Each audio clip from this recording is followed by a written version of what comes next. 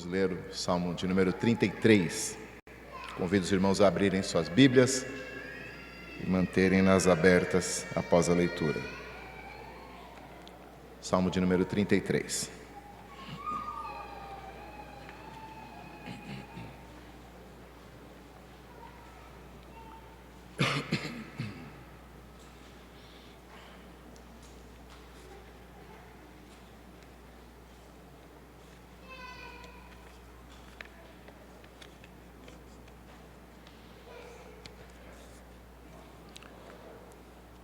Diz assim a palavra do Senhor: Exultai, ó justos, no Senhor, aos retos fica bem louvá-lo.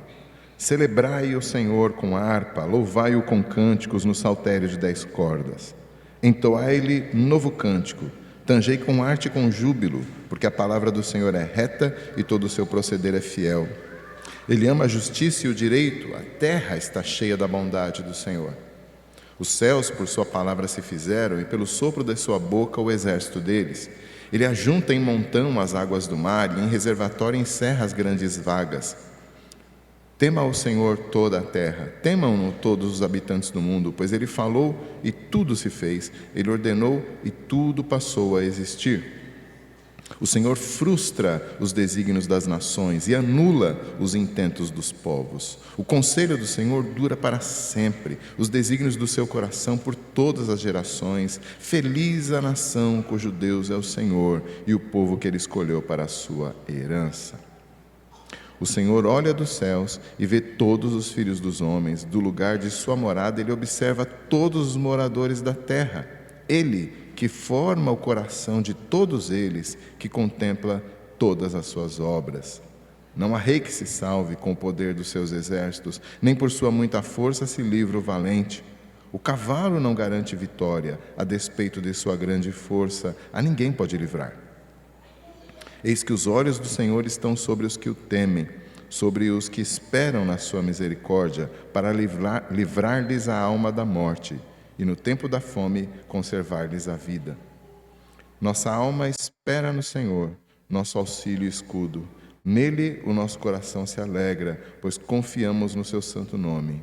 Seja sobre nós, Senhor, a tua misericórdia, como de ti esperamos. Meus irmãos, este, como tantos outros, é um salmo de louvor a Deus, com uma estrutura também muito comum entre os salmos. Ele tem uma introdução que consiste num chamado ao povo para louvar e para adorar ao Senhor, os primeiros 3 versículos. Depois ele é seguido de uma parte principal, do versículo 4 até o 19, onde o salmista vai alistando uma série de razões pelas quais o Senhor deveria ser louvado, e ele termina com uma conclusão dos versículos 20 ao 22, em que, por fim, o próprio salmista, então, louva ao Senhor pela sua grandeza. O início, então, é com a santa convocação, no versículo 1, exultai, ó justos, no Senhor, cantem com alegria, Exultar é gritar de alegria, ou cantar muito alto de alegria, como traduz a NVI. E o motivo que o autor dá, então, é que isso, ou seja, exultar, fica bem louvar ao Senhor, a ideia de que é apropriado.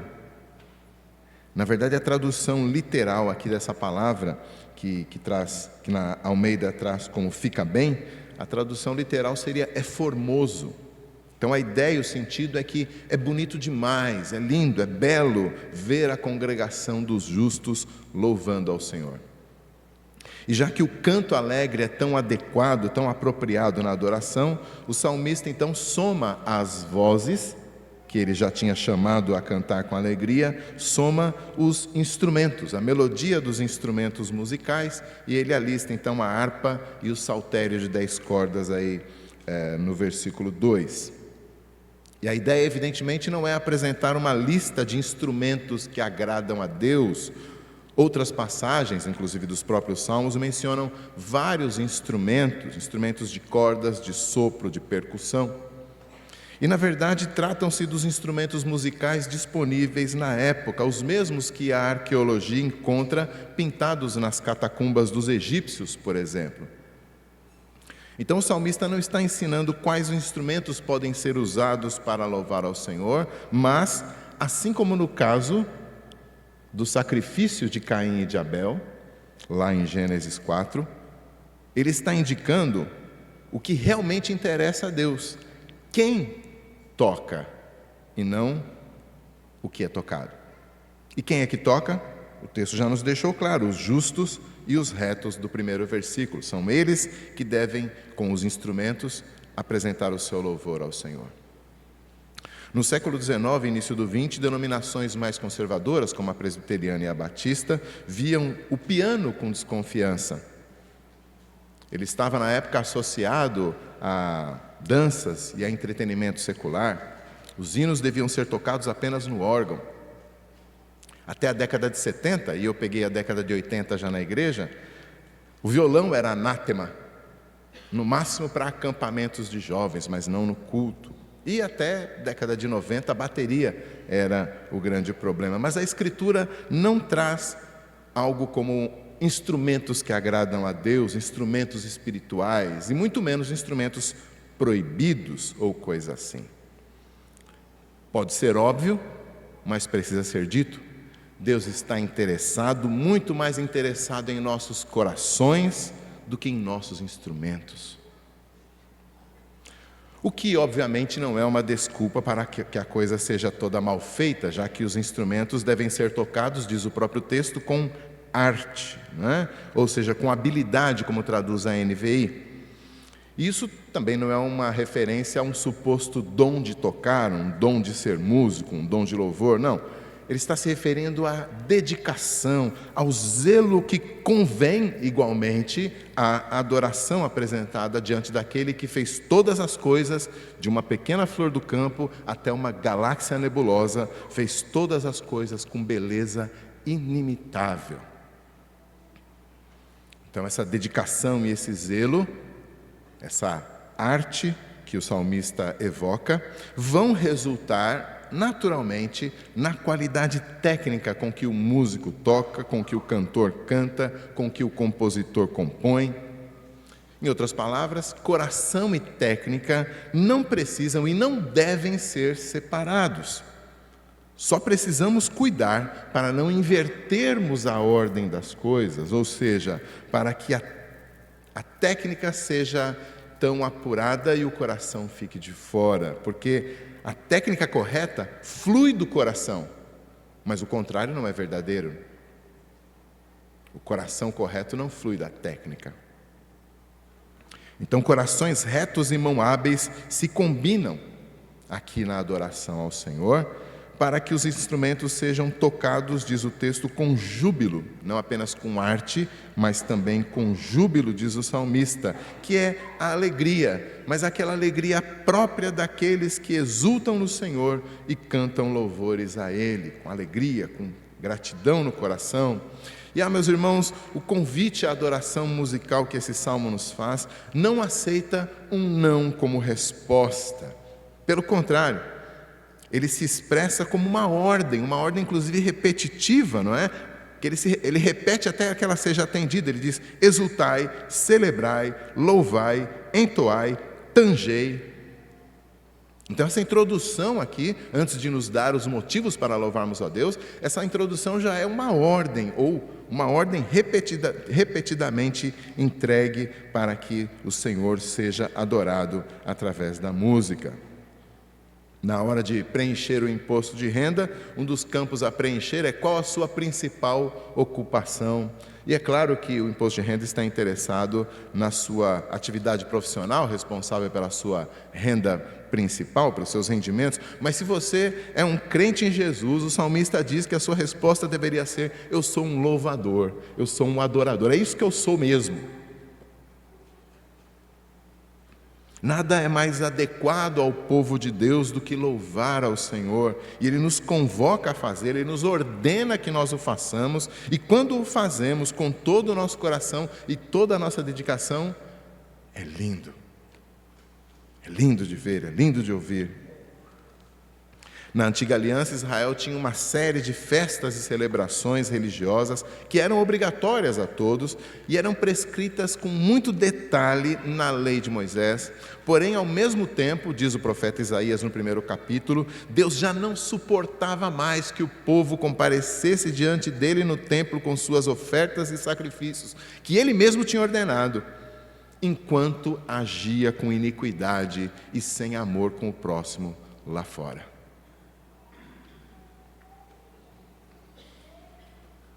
Será que você consegue imaginar isso? A adoração, ao invés de ser formosa, era repulsiva. A convocação para o louvor é dirigida aos retos e aos justos, e podemos dizer que os instrumentos mais solenes, as composições mais reverentes, soam como abominação aos ouvidos do Senhor, quando executados por quem tem a mente, os olhos e a língua e a vida impuros. Mas como já vimos, além da pureza, Deus também requer dos justos a arte, a técnica. E durante séculos, a melhor música do Ocidente era produzida e cantada nas igrejas cristãs. E muito da música cristã contemporânea tem ido no sentido inverso. Não só copiando a música que o mundo faz, mas copiando aquela música de pior qualidade que o mundo faz, repetitiva, letras rasas. Uma pena. Afinal de contas, nós compomos, cantamos e tocamos para a plateia mais digna do universo, não a igreja reunida. Não é para homens, mas para o Deus Todo-Poderoso que nós apresentamos o nosso louvor. E além disso, Deus requer alegria, então não há lugar aqui para formalismo, para ritualismo, para liturgismo. O louvor do Senhor não pode ser um mero exercício litúrgico, onde nós levantamos porque é um momento musical, nós pronunciamos as estrofes conforme a letra, entoamos a melodia de acordo com a partitura, mas sem alegria espiritual, sem um santo temor, sem pormos no canto a nossa alma, o nosso coração, as nossas forças, o nosso entendimento. Deus merece, meus irmãos, o nosso melhor. Deus merece o nosso coração, a nossa alegria e o melhor das nossas habilidades quando o adoramos. Mas o salmista continua então, do versículo 4 até o 19, alistando, como eu tinha adiantado, as muitas razões que os santos têm para louvar ao Senhor. Começando então com a sua palavra, que é mencionada dos versículos 4 e 5.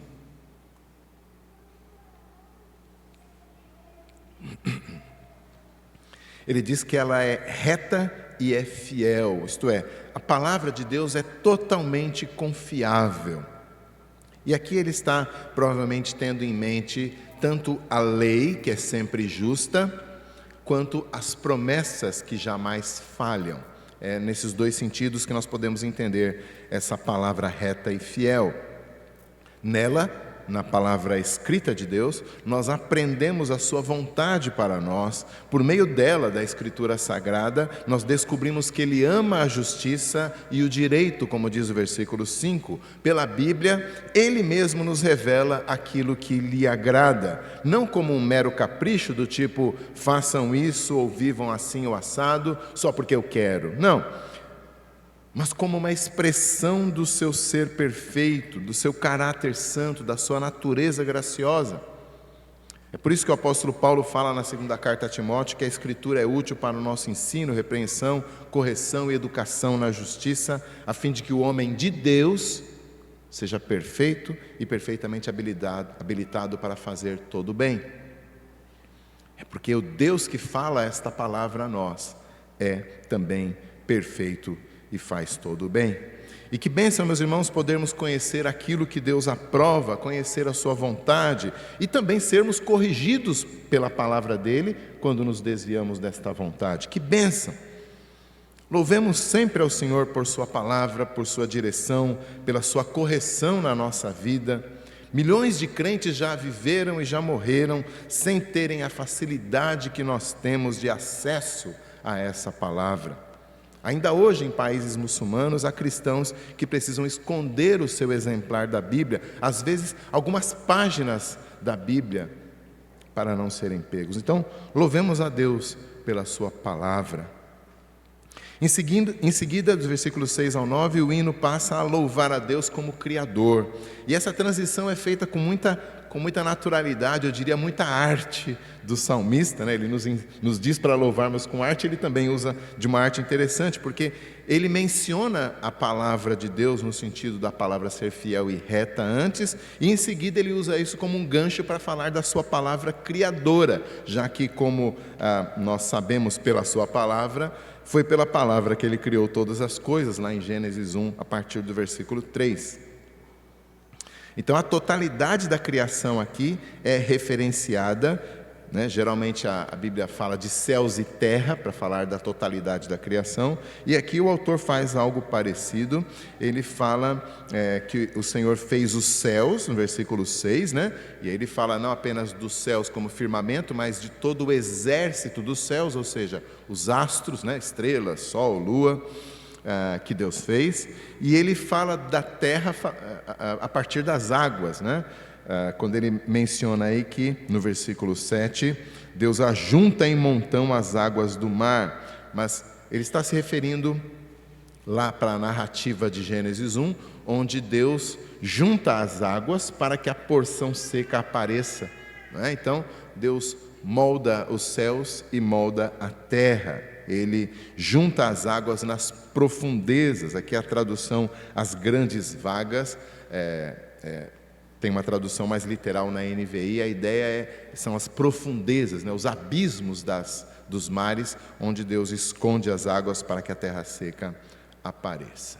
E no versículo 9, então, o resumo é: Ele falou e tudo se fez. Ele ordenou e tudo passou a existir. Foi assim, essa palavra poderosa na criação. Então o salmista aqui está reproduzindo aquela mesma impressão que nós temos ao ler Gênesis capítulo 1, né? Qualquer pessoa lendo o começo da Bíblia vai ter essa mesma impressão. O Criador Todo-Poderoso, que sem esforço algum, apenas dizendo o que Ele quer que exista, traz todo o cosmos à existência e à ordem e à plenitude. E a realidade não pode resistir. Toda a realidade só pode obedecer prontamente àquilo que Deus diz. E o resultado de meditar nas maravilhas da criação é o dever, é a obrigação de todos os povos, diz o versículo 8, de temerem a Deus. E aqui temer, como sempre na Bíblia, não é simplesmente a ideia de ter medo, não é que os povos devem ter medo de Deus, mas devem se submeter a Ele. Devem encher seus corações de admiração pela sua grandeza. É um santo temor.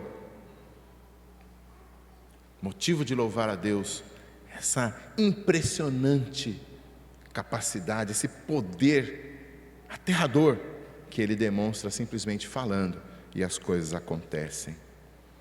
Isso está patente diante de todos.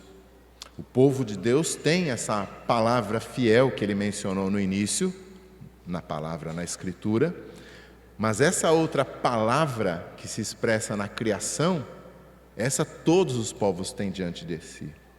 O apóstolo Paulo, na carta aos Romanos, no primeiro capítulo, diz que o poder e a divindade de Deus estão manifestos nas coisas criadas, e todos os homens são indesculpáveis.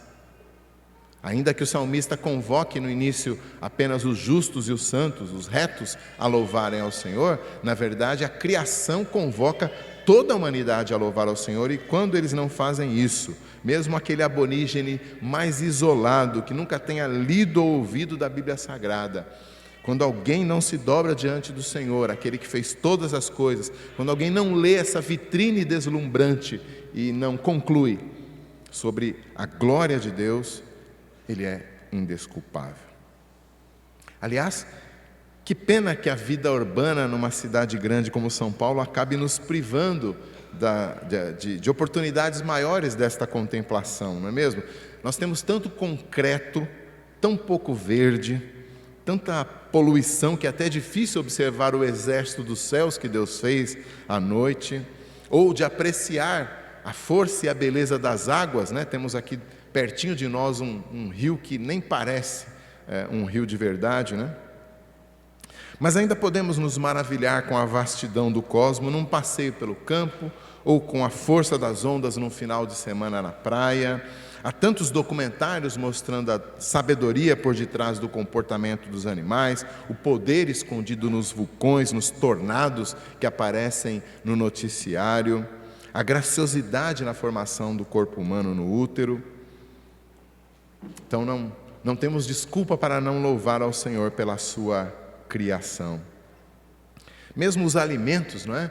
Paulo, no seu sermão diante dos pagãos, ali em Atos 14, ele fala de como Deus traz as estações do ano e, a partir dessa ordem, ele traz o alimento e enche a mesa de todos, né? Aqui em São Paulo, talvez a gente tenha prejudicado essas estações do ano, né? Difícil perceber as estações do ano aqui em São Paulo. E quando o alimento chega na mesa embalado, processado e industrializado, essa beleza da criação do Senhor talvez fique um pouco escondida. Tem criança paulistana que acha que os alimentos vêm do supermercado, né? Ou vêm da geladeira. Pior que isso, tem adulto que acha que o alimento vem à mesa por causa da conta no banco. Mas Jesus, lá em Mateus 6,11, nos ensina a orar pelo pão cotidiano. Então o Senhor está nos ensinando que até as nossas necessidades mais básicas e comezinhas e cotidianas dependem completamente da bondade do Senhor, que com sua palavra enche da sua bondade toda a terra. Meus irmãos, enquanto os homens passam despercebidos pela deslumbrante vitrine da divindade do Criador, os justos não são assim. Os justos reconhecem que toda a terra está cheia da bondade do Senhor, e por isso nós abrimos a nossa boca e o nosso coração para louvá-lo e para engrandecê-lo. O salmista agora então passa a louvar o Senhor pela sua providência. Providência é como nós chamamos o governo de Deus sobre a sua criação. Afinal de contas, ele não manifestou o seu poder apenas quando criou, mas ele continuamente manifesta o seu poder conduzindo todas as coisas. Mas a providência tem um detalhe a mais. A providência é quando nós vemos esse governo de Deus sobre toda a sua criação a favor do seu povo. Dos versículos 10 e 11, é esse o sentido quando o salmista contrasta os desígnios das nações com o desígnio de Deus. Ele nos fala aqui de como o Senhor governa a história do mundo de maneira soberana, conduzindo todas as coisas conforme a sua vontade, para o bem do seu povo. É por isso que os desígnios das nações, ou seja, dos povos, que naquele contexto do salmista eram os adversários, os inimigos, os povos que oprimiam Israel, é por isso que os desígnios dos povos serão frustrados.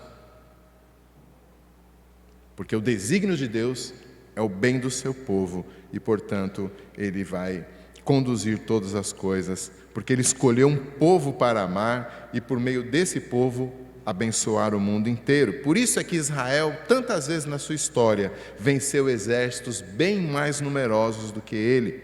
Era o Senhor ali, anulando os maus intentos dos povos contra o seu povo. E o desígnio do Senhor sempre prevalecerá contra esses maus desígnios.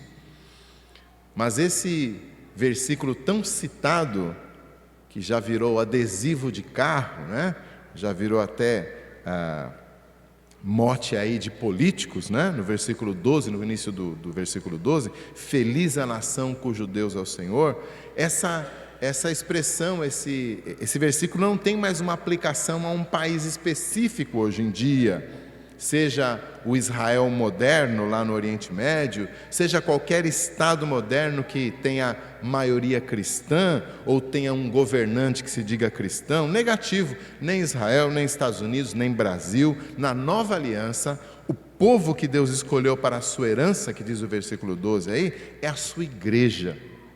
É a sua igreja, que é um povo espalhado por todas as nações, por todas as tribos, todos os povos, todas as línguas, um povo que está espalhado no mundo, mas que está ao mesmo tempo separado do mundo para servir e louvar ao Senhor, ao único Rei e ao seu único Senhor, Jesus Cristo. Meus irmãos, é a igreja de Cristo que tem essa firme promessa de que nem mesmo as portas do inferno prevalecerão contra ela. Mateus 16, 18.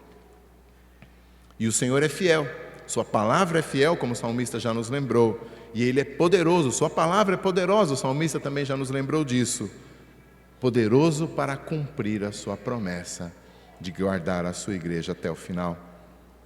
Graças a Deus por essa promessa maravilhosa, que nós tenhamos sempre uma palavra de louvor e adoração ao Senhor, pela maneira como Ele protege, guarda a sua igreja, que um profeta diz que é a menina dos olhos dele, a íris. É assim que Ele guarda com todo o seu cuidado o seu povo. Louvemos a Deus pelo seu cuidado sobre nós. Mas o salmista continua, ele vê ainda outro motivo de louvor, além do Deus que se revela na palavra, que criou o mundo, que governa o mundo em favor do seu povo. Ele é o Deus que conhece todas as coisas e todas as pessoas. Dos versículos 13 a 15, esse é o sentido da afirmação de que o Senhor olha, vê, observa e contempla. Essas múltiplas expressões, esses sinônimos de olhar, significa que Deus conhece tudo o que acontece neste mundo. Especificamente no versículo 15, ele diz que foi Deus que formou o coração dos homens. Então a sua percepção, a percepção de Deus, não é apenas externa, aquilo que os homens fazem, mas é inclusive interna, o que motiva os homens, aquilo que está em seus corações, aquilo que mesmo que eles não mencionem ou não ajam de acordo, Deus já sabe. Então, Deus nunca é pego de surpresa, nem mesmo pelas intenções mais ocultas dos homens. E aqui não se trata, meus irmãos, de alguém sentado na frente de uma televisão cósmica, passivamente assistindo a tudo que passa. Não, é o Senhor soberano, soberano sobre cada evento e cada detalhe, seja grande ou pequeno, sobre os pequenos e os grandes, os poderosos ou aqueles que não têm importância nenhuma diante dos homens, sobre os maus e sobre os bons. Deus conhece. E estes olhos atentos estão sobre os poderosos deste mundo, são especialmente eles mencionados aí. O salmista fala do rei com seu exército, no versículo 16, do valentão com seus músculos, do general com seus cavalos, poderíamos acrescentar do industrial com seus dólares, do político com suas influências. Não importam os recursos e os poderes humanos, diante dele, os seus maus intentos são vãos. Por outro lado, de novo naquela arte do salmista, ele faz alguns contrastes que às vezes nós nem percebemos, mas ele fala desses olhos de Deus que estão sobre os ímpios, sejam eles os mais poderosos, mas ele em seguida, no versículo 18, fala também que os olhos do Senhor estão sobre os que o temem. Os que o temem e que esperam na sua misericórdia, diz aí o texto, Ou seja, quando postos sobre o mundo, os olhos do Senhor são os olhos de um juiz atento para julgar os seus maus atos e maus intentos. Mas quando postos sobre os retos e justos que se congregam para louvá-lo e para adorá-lo, então não é um olhar de julgamento, mas um olhar de cuidado. Ele está ali, atento às suas necessidades, atento às suas necessidades mais básicas ou mais complexas. Ele está ali vigiando como um pastor vigia o seu rebanho. Diz o texto que é para livrar a sua vida da morte e conservar a sua vida, no versículo 19. Na verdade, por toda a Bíblia, especialmente na literatura profética, o livramento do povo de Deus, por um lado, está sempre inevitavelmente ligado à condenação do mundo ímpio do outro lado. São os dois lados da mesma moeda, porque o povo de Deus está como ovelhas no meio de lobos. É assim que Jesus envia os seus discípulos, é assim que ele nos envia para este mundo. E quando Cristo voltar, todos os inimigos e perseguidores da igreja serão derrotados definitivamente e a igreja será vencedora. As duas coisas sempre são vistas na Bíblia como complementares. E, nesse sentido da vitória da igreja sobre os seus adversários, o apóstolo Paulo tem uma ressalva importante na primeira carta aos Coríntios, capítulo 15, versículo 26, quando ele diz que na volta de Cristo, o último inimigo será derrotado. O último inimigo é a morte. E de fato, em Cristo, meus irmãos, temos a promessa segura da ressurreição, pela qual seremos finalmente e definitivamente libertos da morte. Esta expressão do cuidado de Deus que o salmista vê aqui, de maneira ainda provisória ou de maneira ainda temporária, quando ele diz que Deus livra da morte os seus servos, ela tem um cumprimento maior, definitivo, cósmico, escatológico na volta de Cristo. Então todos esses livramentos, toda essa proteção do pastor, do grande pastor, do supremo pastor do seu povo, encontra na volta de Cristo a sua expressão maior e definitiva, e nós devemos louvar a Deus, porque Ele nos guarda de todo mal, Ele nos livra, e Ele, com o seu olhar atento, como um pastor sobre as ovelhas, está sobre nós. E o Salmo então encerra com uma palavra de louvor, e isso faz todo sentido, né? Depois de nos convocar a louvar ao Senhor, com sinceridade, com alegria, com arte, depois de alistar diversos motivos para louvarmos ao Senhor, agora o salmista louva ao Senhor, claro, e ele então proclama, versículos 20 e 21, ele diz: nossa alma espera no Senhor, nosso coração se alegra no nosso Deus, nós confiamos no seu santo nome, no nome deste Deus que é nosso auxílio e escudo. Você deve ter notado na leitura que é apenas aqui na conclusão do Salmo que o salmista começa a usar a primeira pessoa do plural, né? Então, nossa alma, nosso escudo, nosso coração, nós confiamos, nós esperamos.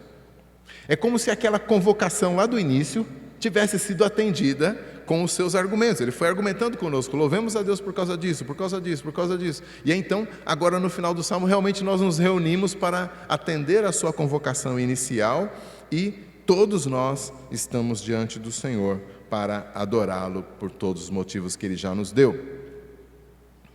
E de fato, meus irmãos, o louvor verdadeiro brota, e somente brota, nos lábios de quem tomou para si as verdades sobre Deus, de quem pessoalmente se apercebeu alvo das bênçãos do Senhor, de quem está nessa relação pessoal da aliança com aquele cuja palavra é fiel e poderosa, aquele cujo olhar penetrante e protetor está sobre si.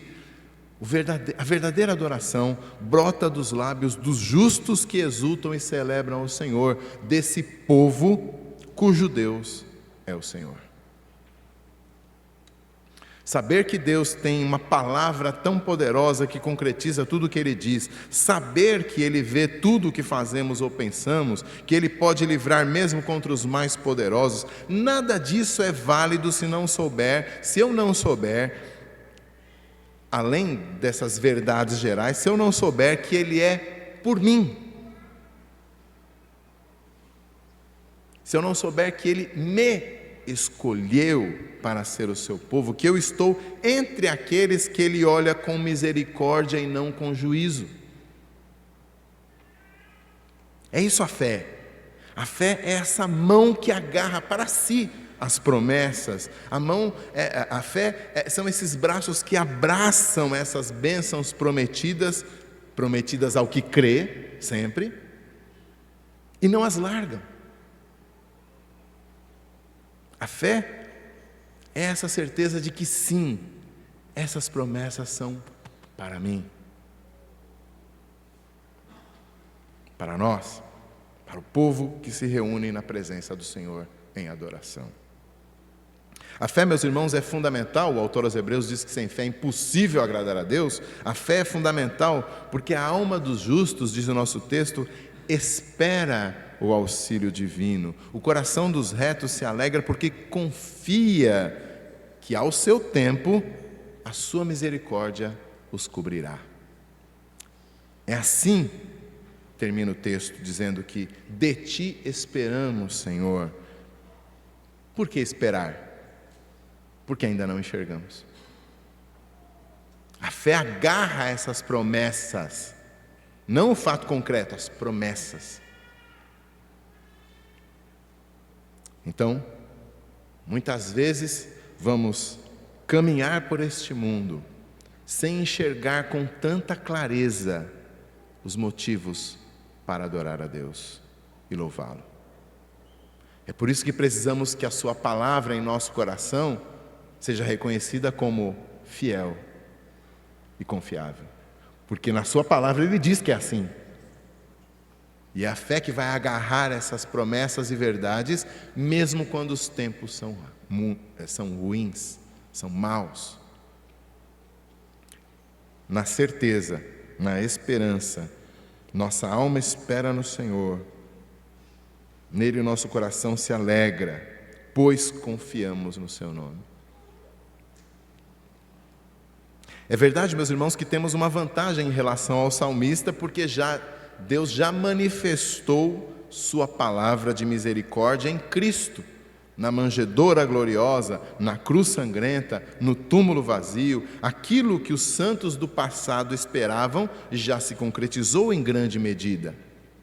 Porém, ainda à semelhança daqueles santos do passado, nós também ainda aguardamos a misericórdia do Senhor se manifestando mais plenamente no dia de Cristo, quando por sua palavra Ele não apenas vai derrotar os adversários da sua igreja, mas Ele vai, com essa palavra poderosa que o salmista, olhando para Gênesis 1, nos lembrou, mas Ele vai agora, olhando nós para Apocalipse 22, Ele vai com sua palavra concretizar e realizar a sua promessa de criar novos céus e nova terra onde habitam a justiça.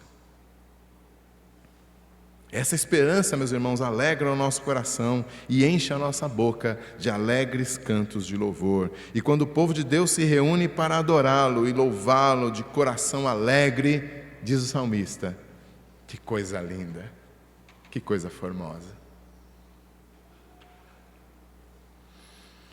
A aplicação, meus irmãos, só podia ser uma.